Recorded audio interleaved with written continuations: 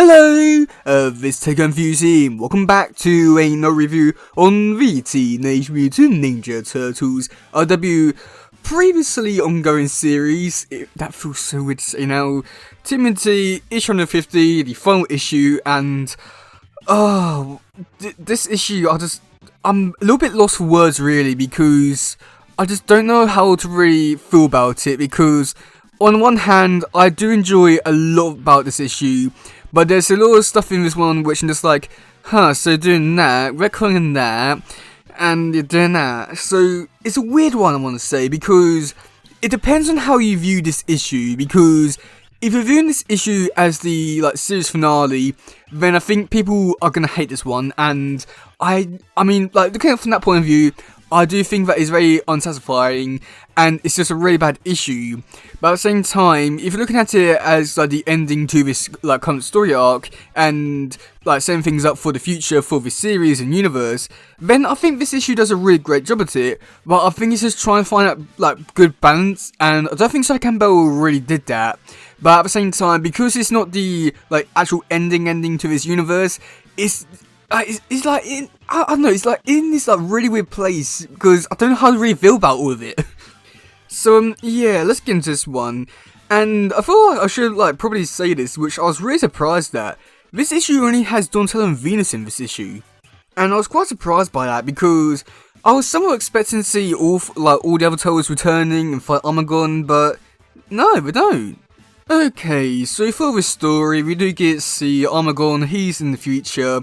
So Donnie and Venus, they go after future Donatello, and that's when they get teleported back to the very beginning of this universe, and we do get to see them back when the Turtles were still in the stock gen, and we do get to see the events from that night play out, and that's when we do get to see that Donnie and Venus are now sort of meddling in the past, but at the same time they can't change things up too much. So that's when we do get to see them help Splinter and Old Hob out to try and put things right back on track, also defeating the ninjas.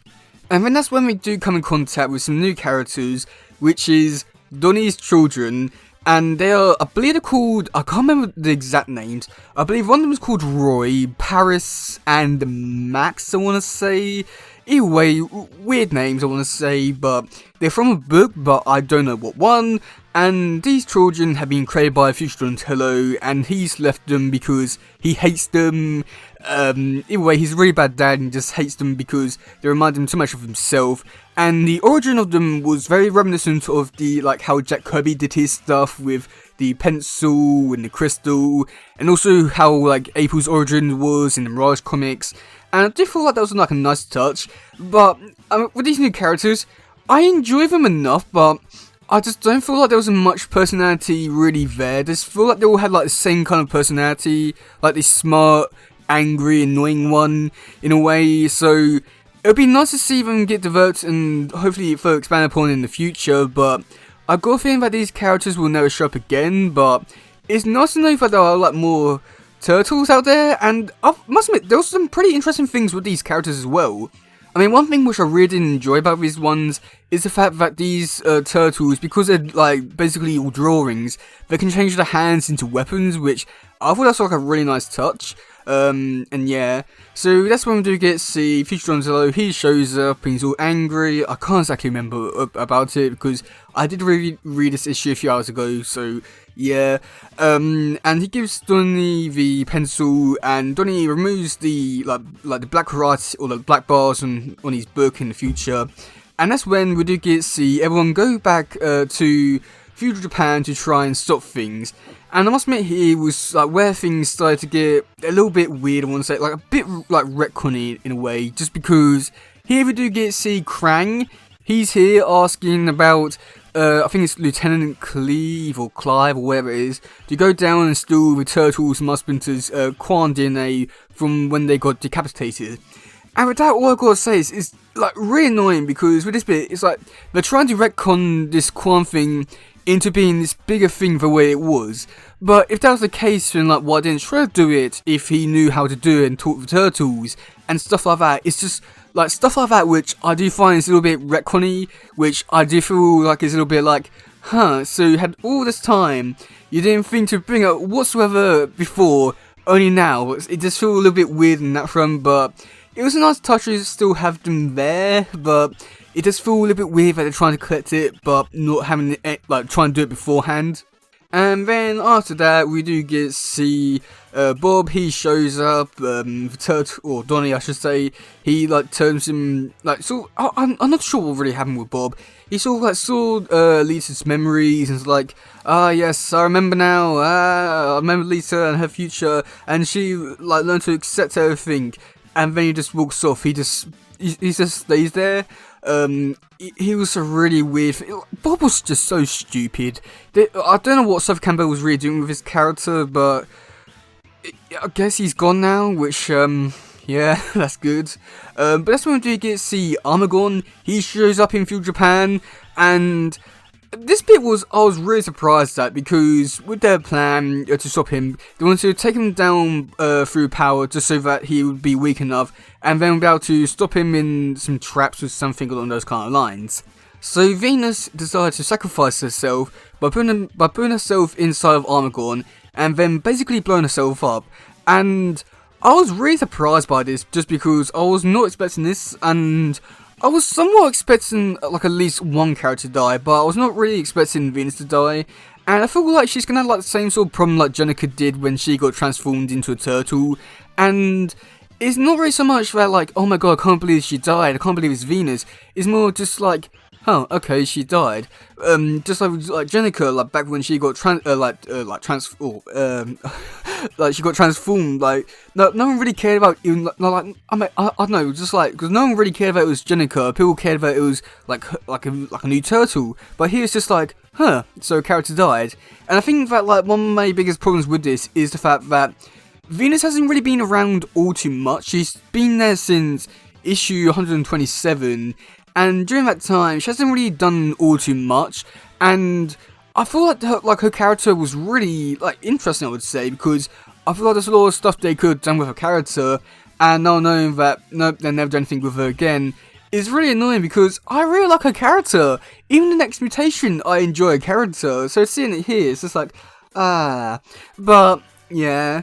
And the way that they stop Armagon is that they get him into like a flower, like portal thing on the floor because of the Quan DNA and stuff, and they sort of just stop him in his tracks and just sort of just make him into concrete, I want to say, and they don't really do anything with him other than just like do that, and that's pretty much it for that bit there. So then after that, we do get to see Donnie talking to his kids, saying, I don't know what's going to happen next, but we'll just keep on walking, and they don't try to teleport back or anything like that.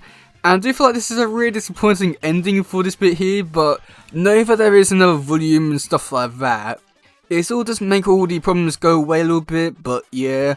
And then for the ending, which I won't lie, I did find a bit confusing, because for a while there, I was really confused by what it really meant. Just because with the ending, we did get to see Future Donatello, he teleports back to his time or something along those kind of lines, and he sees everyone there. We did get to see Jenica, Raph, Mikey, Leo, Casey, April, Lita, Sheena, and just cries, and yeah, that's it for the ending. A little bit disappointing, but I did find it really confusing, just because I mean, it wasn't very clear that it was the Future Turtles, which I do think didn't really help all too much. But there was an epilogue bit which I do like quite a bit, because we do get to see Venus. She's returned through the afterlife, astral plane or something along those kind of lines, and she returns to Stockgen to give the turtles must have been served Quan DNA to turn themselves back into like the turtles must have been served in the present day, which I do think was like a really good retcon, give this kind of thing. And because I do feel like this was like always something which like people do question about in like real life and stuff like that, and even in the comics they did sort of question this, which I do like they are sort of giving an answer to it now, and it doesn't really feel too much like a retcon, but at the same time, a little bit does because of all the quantum thing all of a sudden now just being a big important thing and stuff like that. So I like it because they are giving a little bit more like expand upon like what was already come before, but at the same time just feel a little bit retconny in a way, but it doesn't run anything, which I think works well enough. But then one of the most weird and annoying parts is that for the final page, we do get to see the afterlife opening up to Hamato Yoshi and Tang Shen, opening the doors for Venus de Milo. One big thing with this is that she never met them, and she has no connection to them whatsoever. And why is she going to the astral plane with them? I could understand it if it was any other turtle, or even April or Casey, but why her? She has no connection to them. She's never met them before, and they open up their arms and be like, yeah, come on. Why? And I mean, I do like this ending because it's nice to know that if any of the other turtles do die, they'll be able to go off to this place, and a part of me do hopes that do something like that. But at the same time, it would be good for them because they actually have a connection with Hamato Yoshi or Tang Shen, but Venus doesn't. Why is she going there? It is stupid but great. It's annoying for so many different reasons. And yeah, I mean overall this issue I don't know what to really say about it because I like it and there's some parts which I dislike. The artwork for this issue with I believe it was 4 different artists, which is pretty great I want to say, because I can remember last time we had like this many artists in one book. So it's great to see all those different artists come back, and I do feel like there's a missed opportunity here for each artist to do like a different time period. But either way, they did this, and I do feel like it's really great with all different art styles, and some of the art styles do blend in quite well. Notice for like Ferro Penchi and also Dan Duncan's art style, they do mix really well, quite well. I was quite surprised by that. A lot of stuff like that, which I was presently surprised by, and all the art styles really do. I feel like this is like a really great issue for like in terms of art styles and artwork and stuff like that. Yeah, the story, I do feel like it being a double issue really helped this story become like a full-fledged story and like an actually good issue, because I think without the other half of this story, or like this issue I should say, I do think that this one would be a lot worse off. But I do think that overall for the story, it is a great one for wrapping things up in terms of this story arc. But I think that wrapping things up for this series is a really bad job at it. And I do think that this issue does do a lot of really great things, like introducing Donnie's kids, the like big threats, and even stopping Armagon and stuff like that. But there are a few things in here which I do feel like could have been tackled a lot better. Just like Venus, I feel like her character could have been done better, but I feel like that's a problem for like this series overall, other than this issue. And also just some stuff which I do feel like was a little bit retconny in terms of like the Quan DNA and Venus going to the afterlife with Hamato Yoshi and Tang Shen. God, what? Do I need to even say anything else about that bit? But I do feel like this issue has set up a lot of things for the future for the series in a way, but it's just one of these things. I just don't know how to really feel about it, because I like it, but I feel like it, it's just going to be one of these issues which I'm going to sleep on and then be like, yeah, this was good, but either way, this issue was enjoyable enough, and luckily there is another series, so I can't complain all too much. But yeah, this is going to be weird now, saying like goodbye for this series for the final time, or this volume at least. So yeah, if you do some, please share, let's scrub and all stuff. Goodbye, yo, bye.